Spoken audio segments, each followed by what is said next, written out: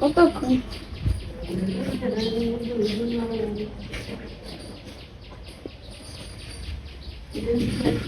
এই যে একটু খাওয়াতে যায় জানো দেখবা দেখবা এই যে আমার বোটার সামনে ভিডিও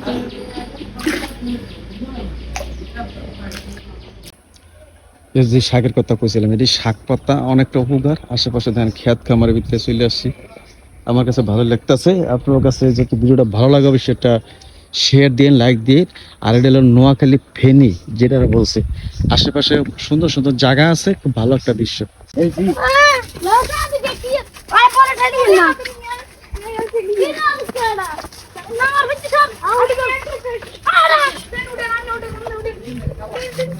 যে খাবা